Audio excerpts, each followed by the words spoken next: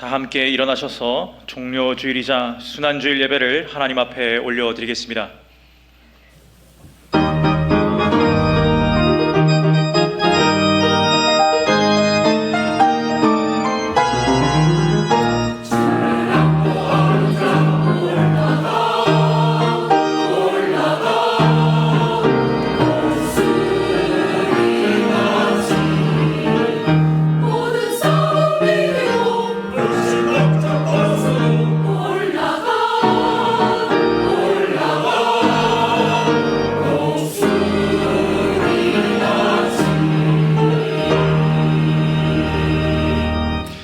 앞에서 가고 뒤에서 따르는 자들이 소리 지르되 호산나 찬송하리로다.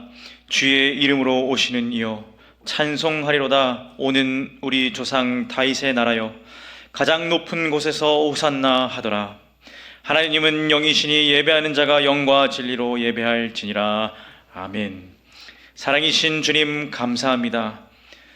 고난주간이 시작되는 종료주일 아침, 주님을 따르는 주의 성도가 겸손한 마음으로 주님의 전에 나와 우리 구주 예수님을 영접합니다.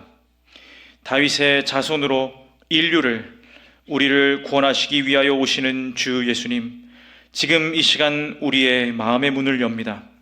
우리의 마음에 오시옵소서. 오셔서 죄악 중 고통받는 낮고 천한 우리를 구원하여 주시옵소서. 십자가를 향해 담대히 나아가신 예수님을 기억하면서 우리 또한 새 힘과 담대함을 얻어 주님을 따르게 하여 주시옵소서. 모든 영광 주께 올리며 살아계신 주 예수 그리스도의 이름으로 기도하옵나이다. 아멘. 나는 전능하신 아버지 하나님 천지의 창조주를 믿습니다. 나는 그의 유일하신 아들 우리 주 예수 그리스도를 믿습니다. 그는 성령으로 잉태되어 동정녀 마리아에게서 나시고 본디오 빌라도에게 고난을 받아 십자가에 못 박혀 죽으시고 장사된 지 사흘 만에 죽은 자 가운데서 다시 살아나셨으며 하늘에 오르시어 전능하신 아버지 하나님 우편에 앉아 계시다가 거기로부터 살아있는 자와 죽은 자를 심판하러 오십니다. 나는 성령을 믿으며 거룩한 공교회와 성도의 교제와 죄를 용서받는 것과 몸의 부활과 영생을 믿습니다. 아멘.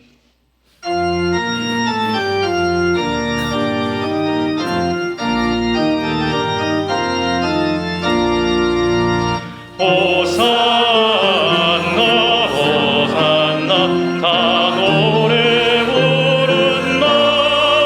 수많은 아이들이 즐거운 노래로 그 봄에 안으시고 복 주신 주님께 온 몸과 마음 들여 주 찬양합니다. 저 감람산길 따라 큰 물이 따르며 그 손엔 종려가지 흔들며 외친다.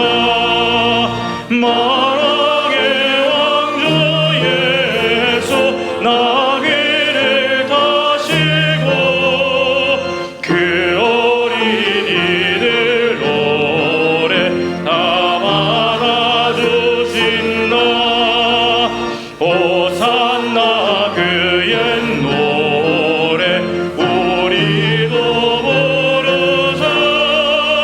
주 예수 우리 구주 우리의 전능왕 온 마음과 마음 다해 목소리 높여서 영원히 기쁜 노래 주 앞에 드리자.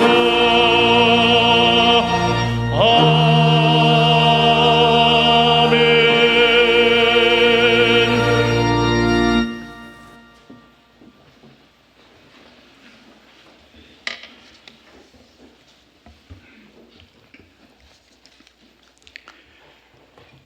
우리의 구원이신 하나님 아버지, 왕 중의 왕이신 예수님께서 어린 나귀를 타고 죄인들이 대속물을 어린 양으로 예루살렘에 입성하심을 따라가며 전에는 세상 것을 구했으나 지금은 예수님부터 흘러나오는 생명을 구합니다.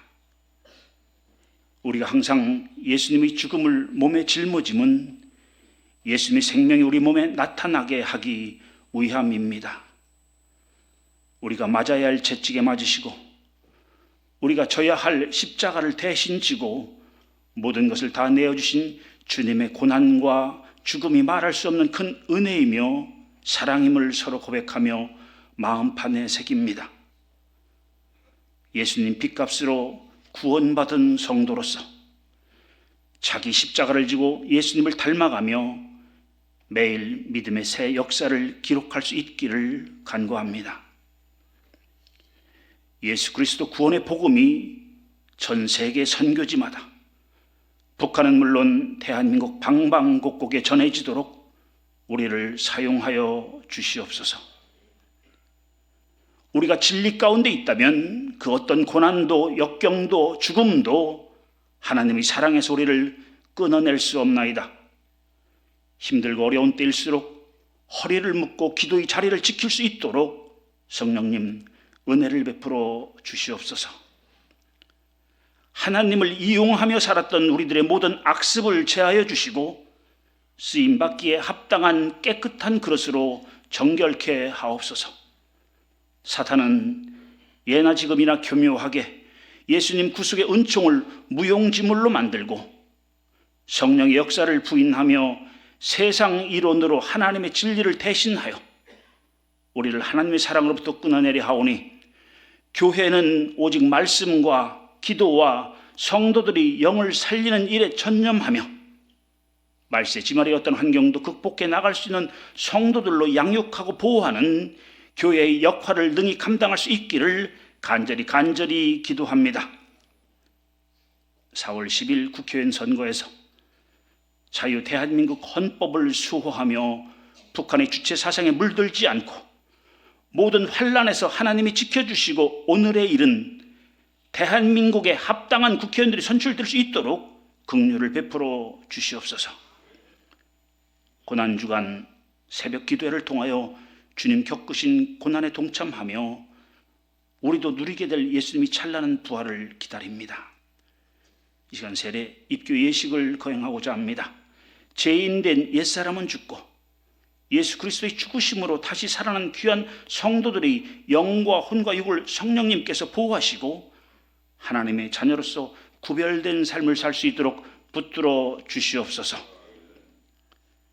김성환 담임 목사님에게 지혜와 계시의 영을 허락하사 날마다 하나님과의 소통이 있게 하시고 마음과 생각을 성령님 주장하사 바른 영적 분별력과 통찰력을 주셔서 성령의 음성을 듣고 순종함으로 하나님께 존귀 여김을 받고 성도들이 본이 되어 목자도 성도도 행복한 교회, 누구나 오고 싶은 교회, 이 땅에서도 천국의 기쁨을 누리는 대안교회 되기를 간절히 바라고 원하옵나이다. 병상이 있는 환우들의 눈물의 기도와 목자의 간절한 기도를 들으시고 고쳐 주시옵소서. 아가페 찬양대와 함께 드리는 우리 모두의 찬양을 기쁘게 받아 주시옵소서. 예수님의 이름으로 기도드립니다. 아멘.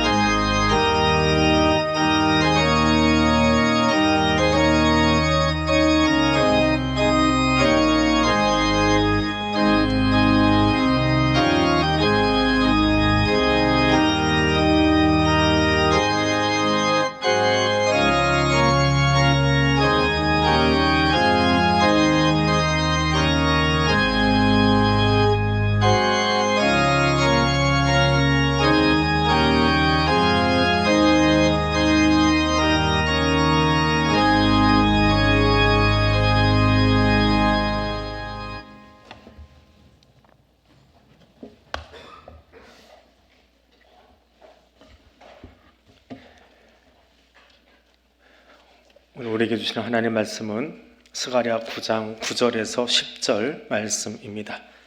구약 성경 1319쪽에 있습니다.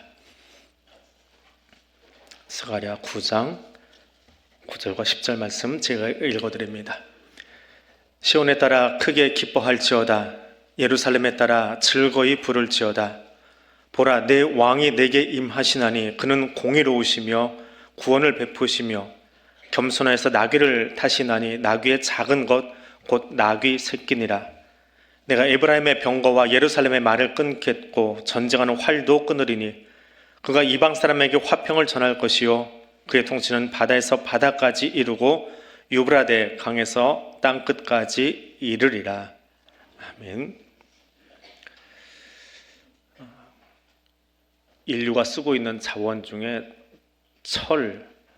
철이라고 하는 것, 그것을 발견하고 또 사용하게 된 것이 인류 역사의 아주 획기적인 사건입니다. 이 철기 시대로 진입하게 만들어준 그 기여를 한 국가가 히타이트족입니다. 성경에는 헷 족속이라고 나옵니다. 자연 상태의 철은 철광석이라고 하는 돌멩이에서 끌어냅니다. 근데 철광석 안에 있는 철은 순수한 철이 아니라 그 안에 산소가 같이 들어가 있어요. 철광석인데 산소와 철이 같이 있으면 이 철이 산화되지요. 녹슨다라고 합니다. 그런데 이 히타이트족이 이 철광석에서 산소를 빼내는 방법을 찾아내요. 아주 쉬운 방법이었는데 망치로 두들겨 버리는 거예요. 그래서 산소를 뺍니다. 아주 옛날 방식이지요. 지금은 제철 공장에서 불로 가열을 해가지고 녹여버립니다. 녹이는데 그 철 안에 있던 산소는 빠져나오고 철이 물처럼 녹아서 흘러가는 것을 제철 공장에 가면 볼 수 있습니다. 그런데 이것도 20세기에는 목탄 혹은 석탄으로 열을 가해서 했거든요. 그러다 보니까 그 목탄과 석탄 안에 있는 것과 철 안에 있는 산소가 결합이 되면서 화학작용이 일어나는데 이산화탄소가 무지막지하게 나옵니다. 21세기로 들어서면서 전 세계가 탄소 중립이라는 것을 선언하죠. 이산화탄소 배출을 막자라고 하는 것을 선언을 합니다. 그래서 자동차도 이제 석유 휘발유차에서 전기차로 넘어가는 것처럼 이 제철 공장도 이산화탄소 안 나오게 하는 방법을 찾자 해서 대한민국이 찾아낸 게 있어요. 수소를 철에다가 화학적으로 만나게 하는 방법을 씁니다. 환원 방법이라고 하는데 그렇게 해서 용광로 안에다가 철을 녹여가지고 이렇게 흘러가는 걸 보면 그 옆에 수증기와 물이 흘러나오는 걸 볼 수 있어요. 그러니까 수소와 거기는 산소가 만나면 화학을 배우신 분들은 쉽게 알 수 있는 화학 분자식인데 H2 물이 나와버려요. 그래서 이산화탄소가 나오지 않고 물이 나오는 방식을 취합니다. 철광석은 1539도에서 녹습니다. 굉장히 높은 온도지요. 물이 100도니까 비교할 수 없는 그 높은 상온에서 액체 상태가 되는데 그때 저 철 안에 있는 저 노란색이 다 철이 녹아내리는 거예요. 근데 그 안에는 불순물들이 빠져나옵니다. 산소만 빠져나오는 게 아니라 온갖 불순물들이 다 녹아서 빠져나와 버립니다. 소위 용융점이라고 해서 철이 녹는 온도에 도달하면 철의 입장에서는 철광석의 입장에서는 뜨겁고 힘든 시간인데 저 시간을 지나고 나면 순수한 철로 나오게 되는 그런 과정입니다. 하나님이 우리를 찾아오시는 과정이 똑같습니다. 하나님이 우리를 만나주시면 우리 안에 있는 불순물들, 거짓된 것들, 또 연약한 것들이 다 빠져나갑니다. 그리고 새로운 존재가 됩니다. 자, 그것을 이야기한 것, 그것을 예언으로 풀어놓은 곳이 오늘 스가랴서입니다. 스가랴는 크게 두 부분으로 나뉩니다. 8장까지의 이야기, 거기는 환상의 이야기가 8개나 나오고요. 그리고 심판의 메시지가 나옵니다. 근데 9장에 오면, 오늘 본문에 찾아오면 앞에 있던 그 심판 예언 뒤에 하나님이 이스라엘을 찾아오시면서 그들을 회복시키시는 그 말씀이 등장합니다. 스가랴는 학계 선지자와 더불어서 바벨론 포로 이후에 이스라엘 백성들에게 예배 공동체, 예배 잘 드리는 예배 공동체로 거듭나자라고 하는 것을 선포하던 예언자예요. 근데 그 예언이, 그 예배가 어떻게 이루어지느냐? 우리가 열심히 예배 나오고 우리가 열심히 뭔가를 하는 것이 아니라 하나님이 우리를 찾아오셔야 된다는 거예요. 거기서 예배가 시작되는 거예요. 우리가 아무리 많이 모였어도 하나님이 거기 계시지 않으면 그건 예배가 아니죠. 그건 우리들의 모임인 거예요. 그래서 하나님이 찾아오시는데 어떤 모습으로 찾아오시느냐, 그것을 9장에서 그림 그리듯이 설명하고 있습니다. 자, 9장 1절에서 6절까지 보면 가장 많이 나오는 것이 이 도시 이름들이에요. 하드락, 다베섹, 시돈, 두로, 아스돗, 아스글론, 가사, 에그론, 예루살렘으로 이렇게 순서대로 그려놔요. 자, 저 그림을 그려놓고 지도에 나오는 도시를 쭉 손으로 이렇게 연결을 해보면 C자형이 만들어져요. 커브가 생깁니다. 그럼 저건 대체 뭐냐? 저 그림이 뭐냐? 왜 도시 이름을 저렇게 해놨을까? 저 그림을 가만히 들여다보니까 저 지금 이스라엘의 동쪽으로, 화면을 거꾸로 되네. 이쪽이 맞네요. 이 동쪽으로 저곳은 메소포타미아 문명이지요. 티그리스 강, 유프라테스 강에서 발원한 메소포타미아 문명이 동쪽으로 해서 저 위로 해가지고 이렇게 넘어오는 그런 과정을 겪고 있습니다. 또 하나, 저 길은 아브라함이 가나안으로 들어온 길입니다. 또 하나, 저 길은 저렇게 그려놓고 보니까 저 동쪽에 있는 나라들, 옛날 바벨론, 아수르, 신바벨론이 이스라엘을 침공할 때는 꼭 저 위쪽으로 돌아서 공격을 해와야 돼요. 옆으로 직접은 오지 못합니다. 왜냐하면 산맥에 가로잡혀 막혀가지고 넘어오기가 힘들어요. 넘어오다 다 죽습니다. 그래서 늘 공격 넣어서 위쪽으로 돌아오는 길이에요. 한편으로 저 지도에 나타난 도시명들은 전부 다 문명이 넘어오는 길이고 적군이 넘어오는 길이고, 이스라엘에게는 북쪽에서 쳐들어오는 사람들, 이스라엘의 북쪽은 안 좋은 사람들이에요. 우리를 침략해오는 사람들이에요. 그 북쪽 사람들을 이야기합니다.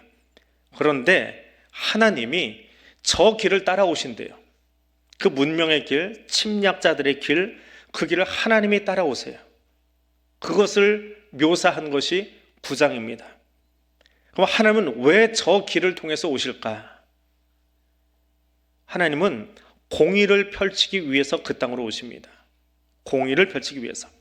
하드락, 다베섹, 하맛, 두로, 시돈, 아스글론, 우리에게는 좀 감이 좀 떨어지는 그런 이름들인데, 우리식으로 이야기한다면 저 만주벌판에서 용정 거쳐서 단둥으로 해서 신의주로 해서 평양으로 해서 서울에 온다, 그렇게 그림을 그려볼 수 있을 것 같아요.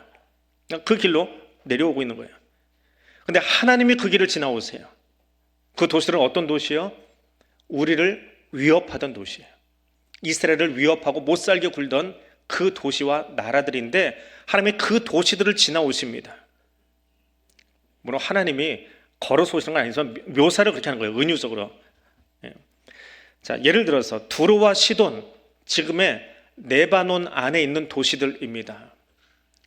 지금도 이스라엘이 하마스하고 싸우고 있는데 레바논에서 박격포 쏴가지고 이스라엘의 북쪽까지 지금 전쟁을 확전하고 있는데, 예나 지금이나 이 두로, 시돈, 레바논은 이스라엘을 아주 귀찮게 하는 민족이고 공격해오는, 위협하는 민족들입니다.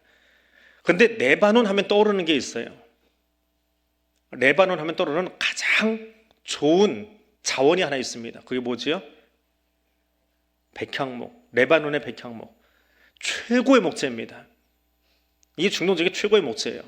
다 가시나무니 그냥 뒤틀어진 나무들인데 이 나무가 얼마나 고급 목재인지 몰라요.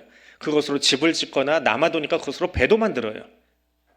그러니 그 좋은 목재 팔기만 해도, 그거 가지고 무역만 해도 두로, 시돈은 돈 벌고 돈 깔고 앉아서 살 수 있는 사람들이에요. 그런데 자기들에게 주어진 그것에 만족하지 못합니다. 끊임없이 남쪽으로 내려와서 이스라엘을 괴롭히는 거예요. 사실 이스라엘은 자원이 별로 없어요. 레바논 백향목에 비하면 이스라엘은 자원이 없는 나라인데 땅 욕심에 계속 내려오는 겁니다. 시도 때도 없이 해안길 따라 내려와서 이스라엘을 괴롭힙니다. 그런데 하나님이 그들을 향해서 진노하세요. 심판하기 위해서 오세요. 그 길을 지나온다라고 하는 것은 이스라엘을 괴롭혔던 그 도시 국가들을 따라가서 그들을 다 공격하고 그들을 다 무너뜨리고 심판하시겠다라고 하는 거예요. 그 묘사를 하고 있는 겁니다. 어느 정도냐? 3절과 4절에 가니까 이 두로, 시돈이 백향목을 팔아가지고 돈을 벌었어요. 뭐 지금처럼 은행에다 돈 넣을 수 있는 혹은 비트코인 같은 게 없잖아요. 그 당시에 돈 중에 제일 좋은 게 뭐예요? 금과 은이잖아요. 얼마나 좋아요. 근데 그 금, 은을 진흙같이 만들겠다. 3절에서 이야기합니다. 3절은 번역을 좀 유하게 해놨어요. 원어의 의미는 똥으로 만들어버리겠다라고 하는 의미인데, 근데 4절에 가니까 하나님의 언어를 그대로 직역을 해버렸습니다. 아주 거칠어요. 하나님께서 그들을 정복하시되 그의 권세를 바다에 쳐넣으시리니 그가 불에 삼켜질지라. 단어 선택을 해도 왜 저렇게 무섭고 섬뜩한 단어를 선택했을까? 그나마 유하게 한 거예요. 그나마. 자, 배를 가지고, 배가 아니라 백향목을 가지고 배를 만들어서 지중해로 해상무역을 하면 떼돈 벌 수 있는 나라잖아요. 이게 두로시돈이거든요. 해안도시입니다. 그런데 하나님이 어떻게 하신다고요? 그 너희들이 만든 배, 너희들이 없어서는 안 되는 그 해안, 바닷가. 지금도 전 세계에서 바다가 없는 나라는요, 경제적으로 피폐합니다. 바다는 꼭 옆에 있어야 돼요. 바다 없는 나라가 몇 개 있어요. 전 세계 200여 국가 중에. 근데 지중해를 하나님이 주셨잖아요. 그 무역로인데 하나님이 이 두로와 시돈이 하도 내 백성을 못 살게 구니까 들어가지고 어디다 던져버려요? 그 바다에다가 쳐넣어버리겠대요. 표현을 그렇게 하세요. 거기다 집어넣어서 수장시켜버리시겠대요. 왜? 내 백성을 하도 괴롭히니까요. 그들의 부요함과 권세를 그들의 경제 기반인 바다에 빠뜨리시겠다라고 말씀합니다. 하나님의 심판이 얼마나 무서운가라고 하는 것을 그대로 들려주고 있지요. 왜 이렇게 하십니까? 왜 3절과 4절에 나오는 것처럼 이렇게 거친 단어까지 써가면서 하나님이 그 이방 나라들을 심판하고 계실까요? 9절입니다. 9절 제일 첫 9절입니다. 시온에 따라 크게 기뻐할지어다. 내 백성이 웃게 하려고요. 두로만 생각하면, 시돈만 생각하면 얼굴에 근심이 생겨가지고 웃을 수가 없어요. 힘들어요. 어려워요. 눈물이 나요. 얼굴이 확 사가버려요. 근데 하나님이 그 민족들을 밟아버리시겠대요. 바다에다 던져버리시겠대요. 하나님이 그들을 그렇게 하면 나는 어때요? 나 대신 누군가 나서서 그 원수 갚아주시고 심판하시니까 내 얼굴에는 웃음이 들어오잖아요. 기쁨이 생기잖아요. 그 기쁨 주기 위해서 이스라엘을 괴롭히던 나라들을 그들의 교만과 가증함과 교만을 끊어버리시겠답니다. 그래서 두로와 시돈에게는 두려움의 날입니다. 그런데 이스라엘에게는 기쁨의 날이에요. 마치 철광석을 뜨거운 온도에다 집어넣어서 그 순간은 철광석에게는 뜨겁고 아픈 시간이겠지만, 그 돌멩이가 아파봤자 얼마나 아프겠어요? 뜨겁게 녹아버리잖아요. 그런데 녹는 건 힘들지만 어떤 일이 벌어져요? 불순물이 빠져나가는 것처럼 하나님이 찾아오실 때 하나님을 반역하던 자들, 하나님께 등 돌렸던 자들은 심판하시고 그의 백성에게는 기쁨을 주시겠다. 그것이 하나님이 오시는 겁니다. 그것을 스가랴는 공의를 세우기 위해 오신다 그래요. 성경에서 정의와 공의는 떨어져 있지 않습니다. 항상 붙어 있어요. 정의라고 하는 말은 사법적 용어입니다. 재판할 때 똑바로 한다, 법을 바르게 세운다라고 하는 것이 정의로운 사회 구현이에요.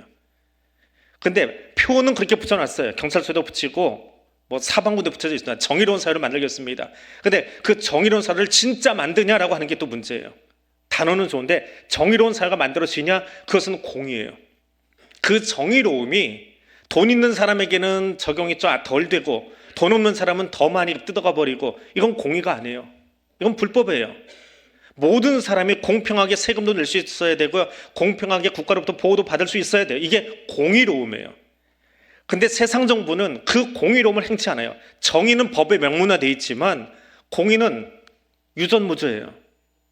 그래서 하나님이 어떻게 하세요? 찾아오시는 이유가 있어요.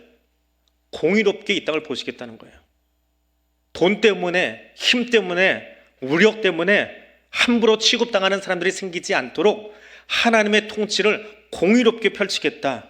그 정의가 모든 사람들에게 공평하게 나누어지도록 하겠다. 이것이 하나님이 오시는 이유예요. 자기 이익을 위해서 남의 땅을 침범하고 노력하던 두로와 시돈들 공의롭지 못한 거지요. 해안가에 좋은 땅, 평야지대 주셨는데 그 땅 만족하지 못하고 산악지대까지 올라와서 이스라엘을 괴롭히는 블레셋 사람들, 공의롭지 못한 거예요. 비단 그들만이 아니라 우리도 그 공의로움이 상실되었을 때 하나님이 찾아오셔서 공의로운 세상, 공의로운 통치를 만들기 위해 여기 찾아오시는 거예요. 그래서 교회는, 성도는 공의로워야 돼요.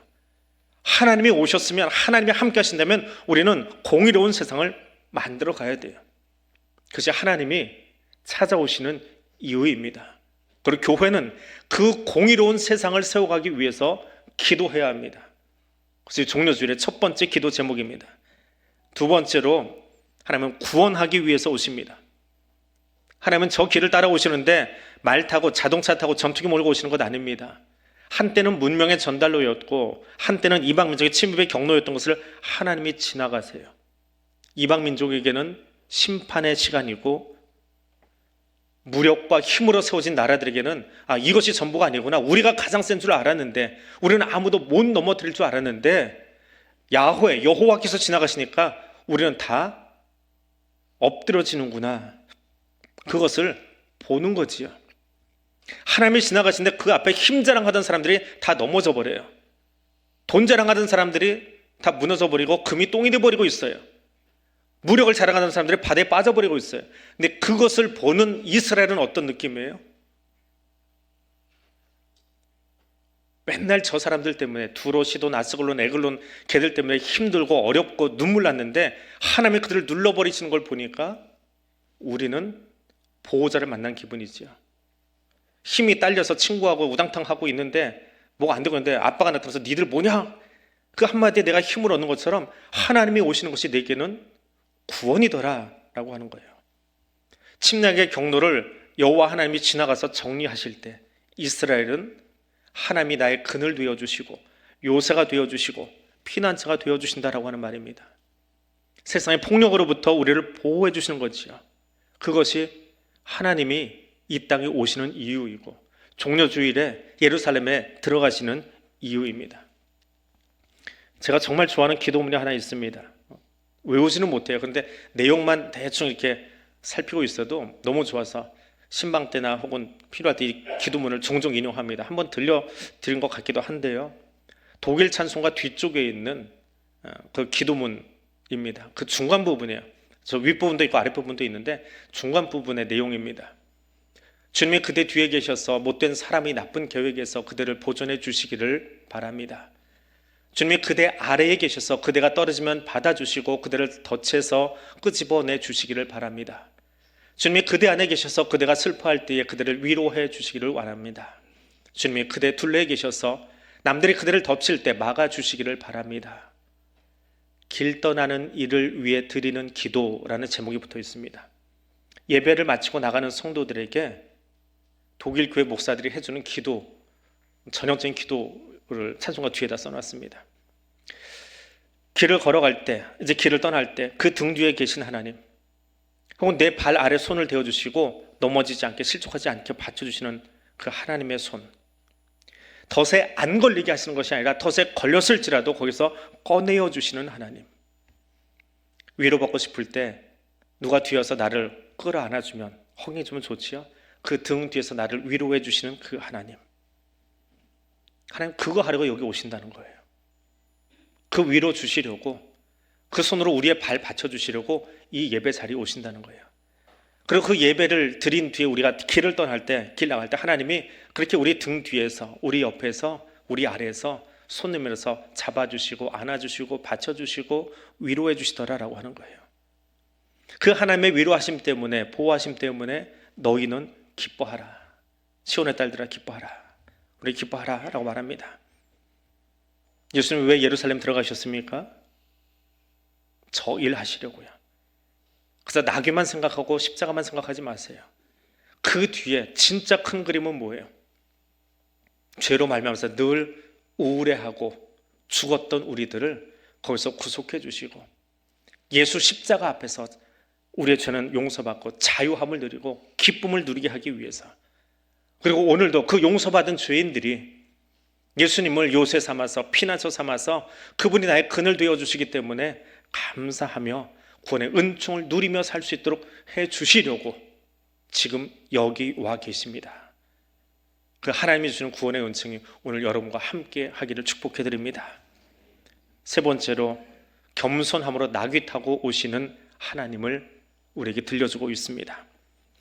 시온이 기뻐할 세 번째 이유는 나귀, 곧 나귀 새끼를 타고 오시기 때문입니다. 왜 나귀 타고 오셨습니까? 스가랴 선지자는 그 이유를 10절에서 풀어서 이야기하고 있습니다. 에브라임의 병거와 예루살렘의 말을 끊겠고 전쟁하는 활도 끊으리니 화평을 전할 것이요. 이 구절 때문에 우리는 흔히 주석가들이 나귀는 평화의 상징으로, 말은 전쟁과 힘의 상징으로 이해를 합니다.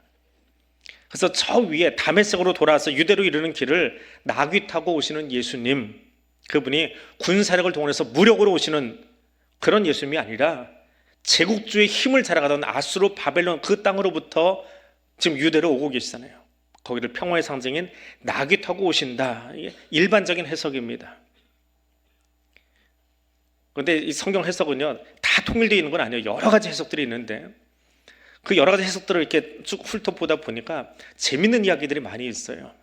다수의 의견은 아니지만 소수이면서도 우리가 참고하기에 좋은 의견들이 몇 가지 있는데, 그 중에 하나가 이 나귀, 이 노새, 이게 이스라엘 안에 없거든요. 나귀는 좀 그런데 노새는 없어요. 그런데 구약성경에 보면 노새 타고 예루살렘에 들어온 왕이 하나 있어요. 솔로몬이요.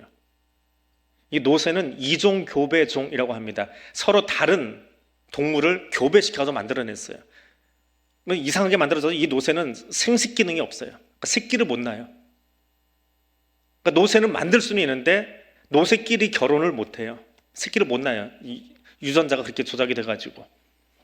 그런데 레위기법에 짐승을 다른 종끼리 교배시키지 말아라는 법이 있어요.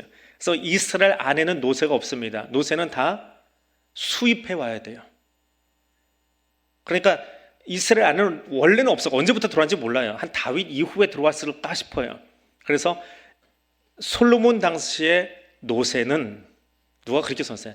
이 당시의 노새는 롤스로이스에 해당한다. 왕의 롤스로이스다. 수입품이잖아요. 외제차인 거예요. 쉽게 얘기하면.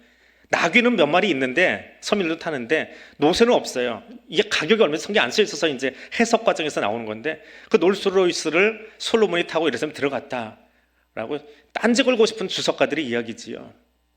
이게 아무튼 왜 노새를 탔을까라고 하는 거지요. 다윗이 숨을 거둘 때, 이제 오늘 내일 할 때예요. 반란이 일어납니다. 내가 왕위를 차지하고 싶어서 반란이 일어나는데 반란에 참여하지 않았던 사람들과 밧세바가 들어가서 이야기를 해요. 솔로몬에게 왕위 주겠다고 하지 않았습니까? 솔로몬에게 지금 왕위를 이양해 주십시오. 사람들이 알게 해 주십시오. 그랬더니 다윗이 허락을 합니다. 그래, 그렇게 해. 대신에 지금 예루살렘 성에서 기온샘, 예루살렘 성 밖에 있는 샘물이 있어요. 물이 가장 많이 들어옵니다. 저 북쪽에서부터 내려온 물이 기온샘으로 지나가는데 그 기온샘으로 가서 안수하고 기름으로 부어주고 왕 삼고 데리고 와. 그런데 내려갈 때, 예루살렘에서 기온섬으로 내려가야 돼요. 내려갈 때 노새 타고 가게 해.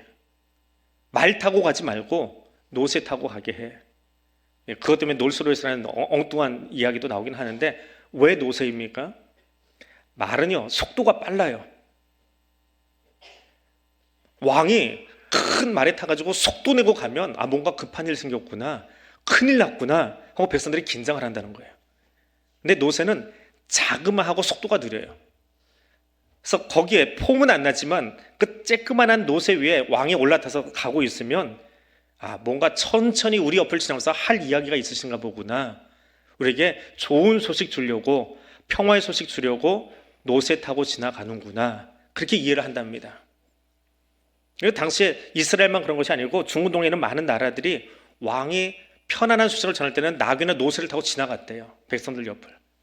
그래서 솔로몬에게 노새 타고 기온산으로 내려가도록, 전쟁을 일으키기 위한 왕이 아니라 평화의 왕으로 솔로몬을 세우겠다라고 하는 이미지를 연출을 하는 거지요. 그래서 노새를 태웠다, 그렇게 이야기를 합니다. 근데 훗날 그 길을 예수님께서 나귀 타고 이번에는 거꾸로 올라가세요. 예루살렘 올라가야 돼요. 산에서 내려와서 언덕배기로 올라가야 예루살렘 갈 수 있어요.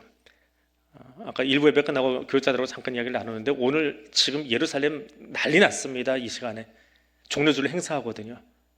이 시간에 예루살렘에 있으면 그 행렬에 껴서 전 세계 종려주일 찬송은 다 부르면서 같이 올라갑니다. 캐톨릭, 개신교, 뭐 정교회 할 것 없이 오늘을 종려주일로 삼는 교단들은 거의 다 모입니다. 거기를 예수님이 올라가세요. 뭘 타고요? 나귀 새끼 타고요. 나귀 새끼요. 왜 나귀를 타셨습니까? 9절에 이렇게 설명되어 있습니다. 그는 겸손하여 나귀를 타셨다. 겸손함이 무엇입니까?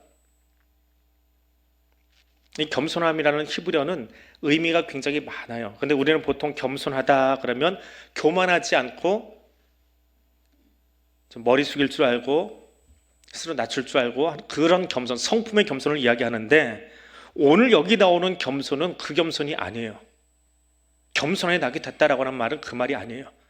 우리말로는 겸손으로 번역을 해도 되는데 이 겸손은 다른 사람에게 억압을 당하고 경제적으로 곤궁한 상태에 놓였다라고 하는 의미의 겸손이에요.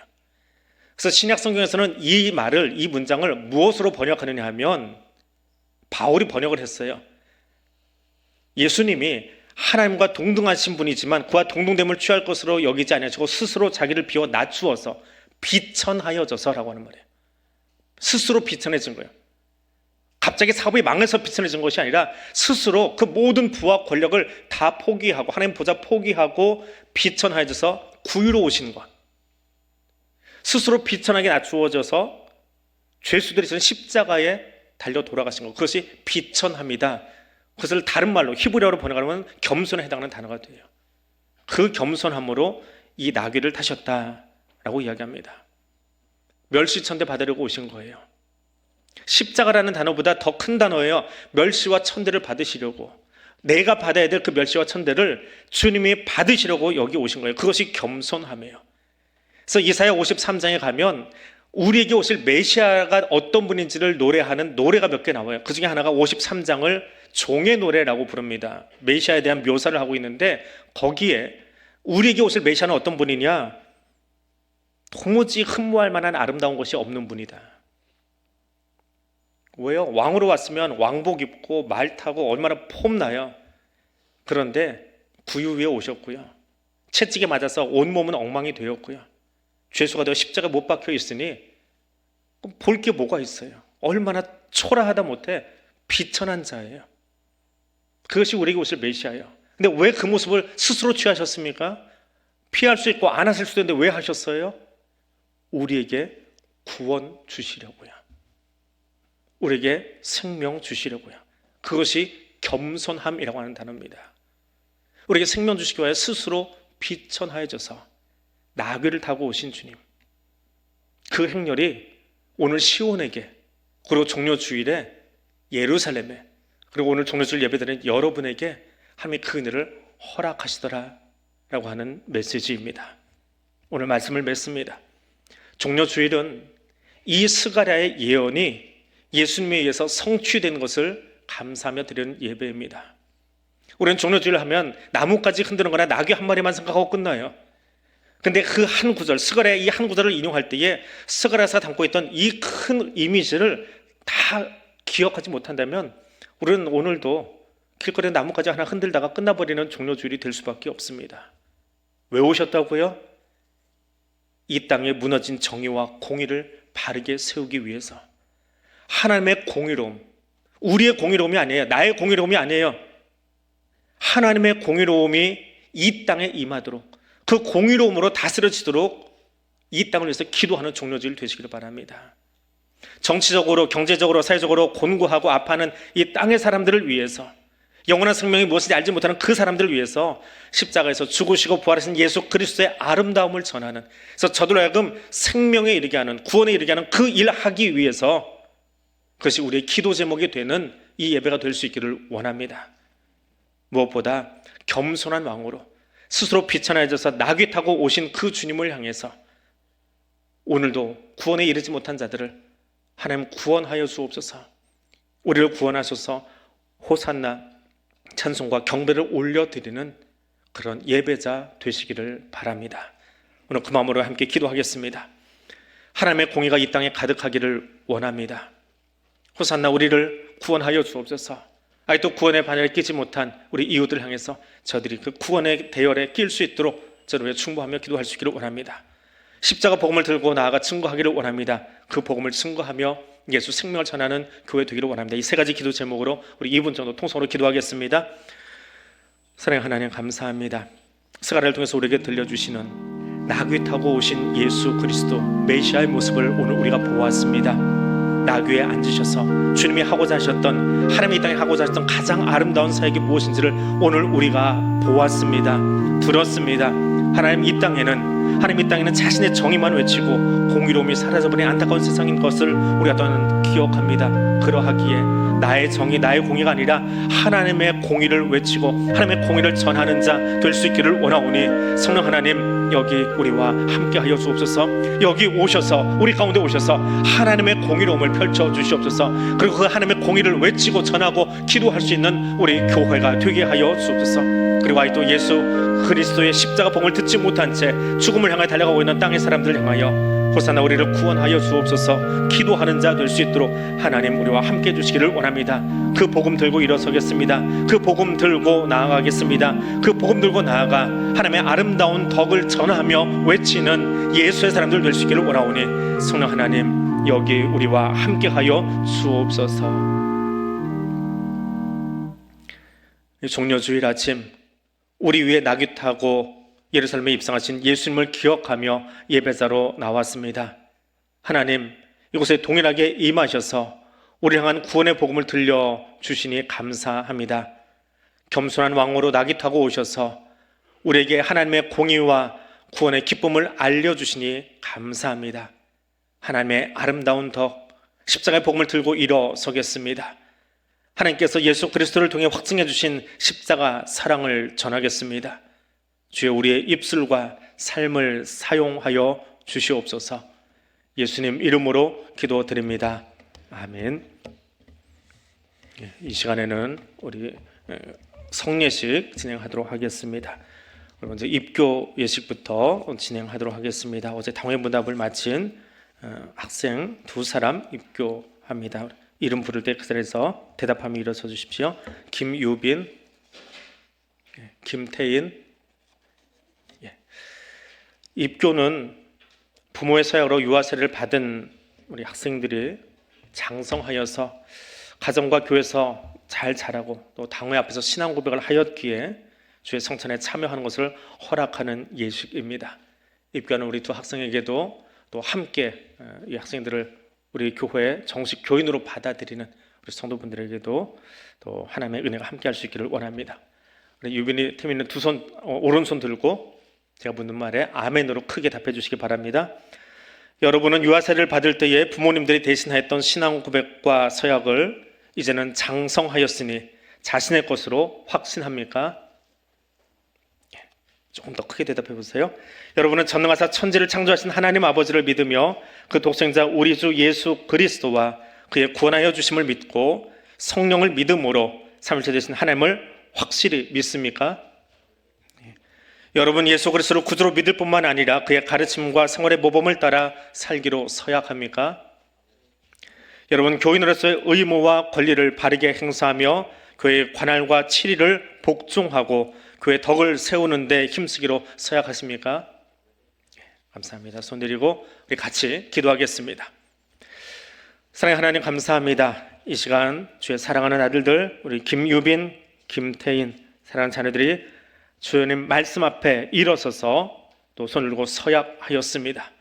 영원토록 주님을 섬기며 날마다 성령님 안에서 자라나서 하나님의 날 영원한 백성으로 인쳐 주시기를 원합니다. 저들의 삶을 책임져 주시고 저들의 삶 가운데 하나님의 친히 동행하여 주시옵소서. 예수님 이름으로 기도드립니다. 아멘. 이제 선포합니다. 우리 김유빈, 김태인 이들이 하나님과 온 교회 앞에서 성실하게 서약하였으므로 본 대양교회 입교 교인이 된 것을 성부와 성자와 성령의 이름으로 선포합니다. 이제는 교회가 베푸는 성찬에 참여하고 주님의 특별한 보호와 은혜가 함께 하시기를 바랍니다. 입교 교인 된 것을 박수로 환영해 주시기 바랍니다. 자리에 앉으세요. 예, 우리 축하 순서는 세례 받침 때 같이 하도록 하겠습니다. 이 시간에 세례 예식 갖도록 하겠습니다. 이름 호명할 때 자리에서 하고 일어서 주시면 되겠습니다. 윤혜정, 박영록, 이현민. 예. 세례는 우리를 그리스도에게 합하는 표이고 인치는 것입니다. 세례를 받고 교회 입교하기를 원하는 사람들을 당일과 신앙을 살펴보고 너희는 가서 모든 백성으로 제자를 삼아 아버지와 아들과 성령의 이름으로 세례를 주라 분부하신 대로 오늘 세례를 베풀어서 성도의 공동체에 참여시키는 예식입니다. 이 시간 감사와 기쁨이 함께하는 시간 될 수 있기를 원합니다. 우리 세례 받는 분들 오른손 들고 제가 묻는 말에 아멘으로 답해 주시면 됩니다. 여러분은 하나님 앞에 죄인인 줄 알며 그 진노를 면치 못할 줄 알고 오직 그의 크신 자비하심에서 구원 얻을 것을 믿습니까? 여러분은 그리스도께서 하나님의 아들 되심과 죄인의 구주가 되심을 믿으며 복음의 말은 바와 같이 구원하실 이는 오직 예수님 뿐이라고 알고 믿으며 그에게만 의지하기로 서약하십니까? 여러분은 지금 성령님의 은혜만 의지하고 그리스도를 따르는 자가 되고 모든 죄악을 버리고 그의 가르침과 본을 따라 살기로 서약합니까? 여러분 교회 관할과 치리에 복종하고 교회 덕을 세우는 일에 힘쓰며 교인으로서의 의무와 권리를 바르게 행사하기로 서약하십니까? 감사합니다. 손 내려주시고요. 같이 기도하겠습니다. 거룩하신 하나님 아버지, 간과하옵기는 이제 일어선 사랑하는 분들이 거룩한 세례를 받으려고 하오니 저들의 몸과 마음을 먼저 받으시고 물과 성령으로 거듭나게 하시고 또 하늘의 은혜를 베푸사 그리스도의 거룩한 지체가 되고 하나님의 자녀가 되게 하여 주옵소서. 예수님 이름으로 기도드립니다. 아멘. 이제 한 문씩 올라와서 세례 집례할 때 여러분도 같이 아멘으로 답해 주시기 바랍니다.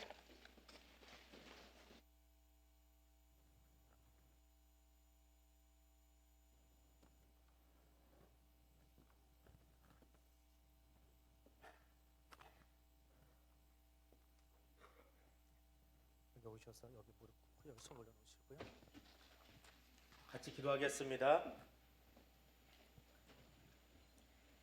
예수 그리스도를 구주로 고백하는 윤혜정에게 내가 성부와 성자와 성령의 이름으로 세례를 주노라. 아멘. 일어나세요. 머리 감으시고요.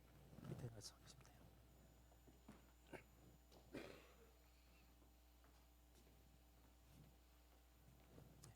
무릎 꿇으시고 손 올려놓으시고요.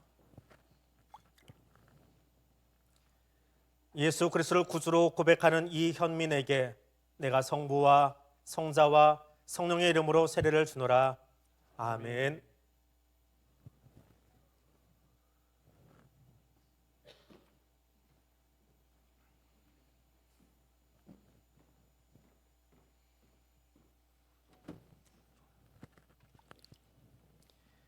예수 그리스도를 구주로 고백하는 박영록에게 내가 성부와 성자와 성령의 이름으로 세례를 주노라. 아멘.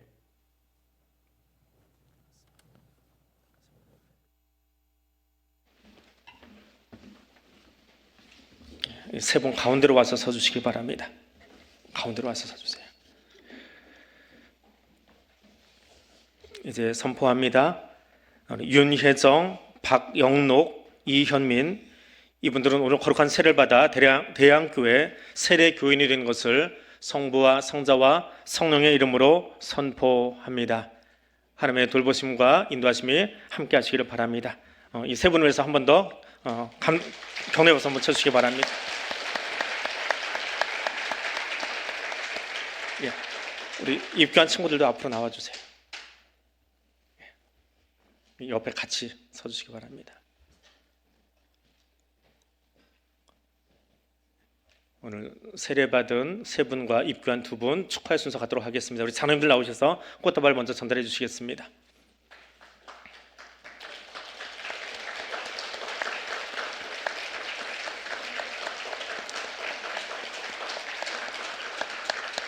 예, 우리 가족 중에서 또 이웃 중에서 선물 전달해 주시면 지금 전달해 주세요.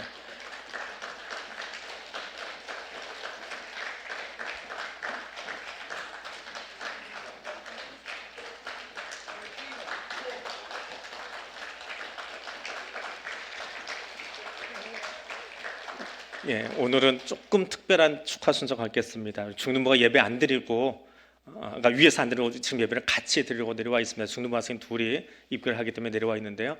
중등부 학생들, 선생님들 같이 일어나셔서 세례 받는 분들과 입교하는 분들 축복송 준비한 것 불러드리겠습니다.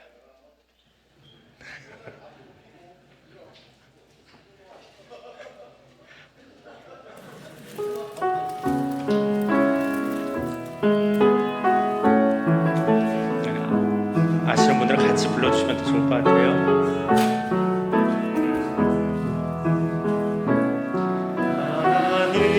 하나님은 너를 지키시는 자, 너의 우편에 그늘 되시니 낮에 해와 밤에 달도 너를 해치 못하리. 하나님은 너를 지키시는 자, 너의 환난을 면케하시니 그가 너를 지키시리라. 너의 주림을 지키시리라. 눈을 들어 산을 보아라. 너의 도움 어디서 보나. 천지 지으신 너를 만드신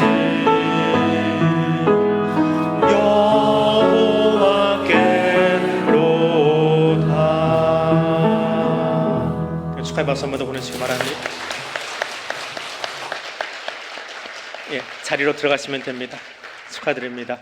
자리로 들어가시면 됩니다.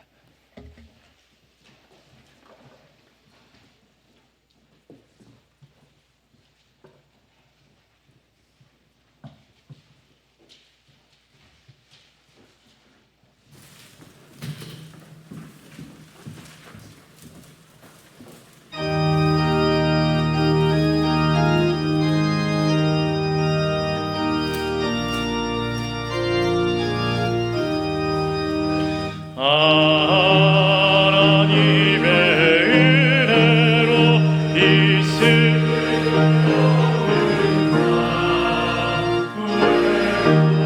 있으하여 주는지 난 알 수 없도다. 내가 믿고 의지하는 내 모든 형편하시는 주님, 늘 보내 주실 것을 나는 확실히 하네. 왜 내게 곳에 믿음과 또 복음 주셔서 내 마음이 항상 편한지 난 알 수 없도다.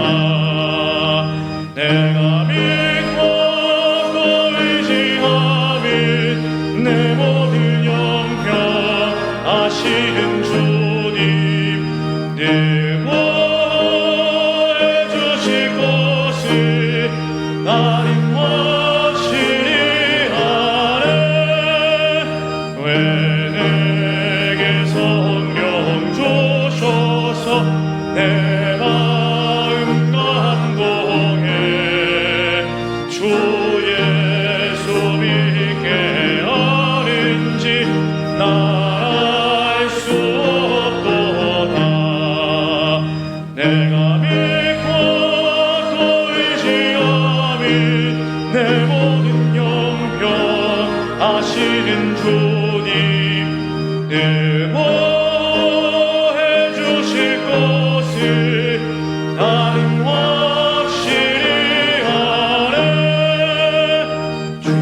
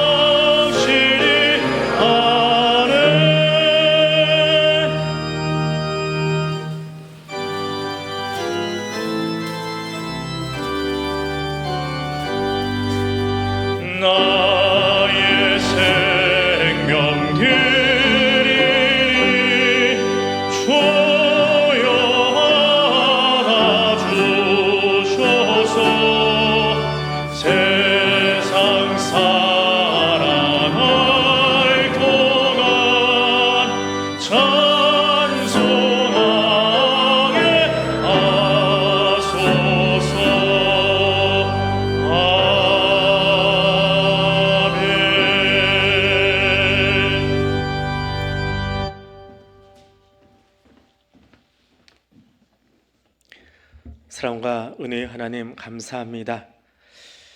종료주일 아침 주님께 나와 예배자로 서게 하여 주시고 살아계신 하나님의 말씀을 우리가 듣게 하시며 우리 향한 하나님의 사랑이 무엇인지를 다시 한번 깨닫게 하여 주시니 감사드립니다. 그 사랑에 감격하여서 여기 우리 신앙의 고백을 담아 이 예물을 올려드리며 이로써 우리의 삶을 주님께 드리오니 기쁘게 흠양하여 주시옵소서.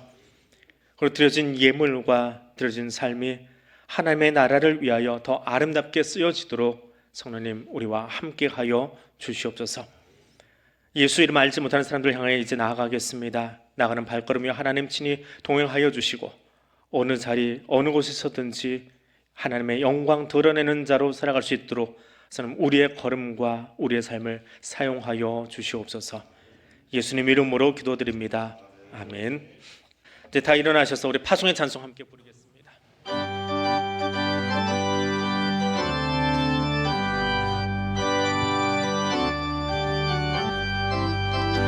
빛의 사자들이 어서 가서 어둠을 물리치고 주의 진리 모르는 백성에게 복음의 빛 비춰라.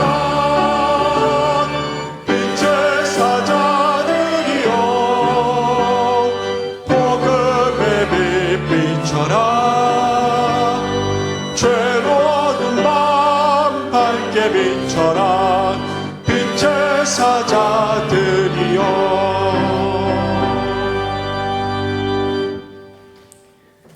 이제는 우리 주 예수 그리스도의 은혜와 하나님 아버지의 크고 놀라우신 사랑과 성령 하나님의 교통하시며 인도하여 주시는 은총이 주의 오심을 기뻐하며 그 소식을 전하기 위하여 일어선 사는 주의 백성들 위해 지금부터 영원토록 함께하여 주시기를 간절히 축원하옵나이다.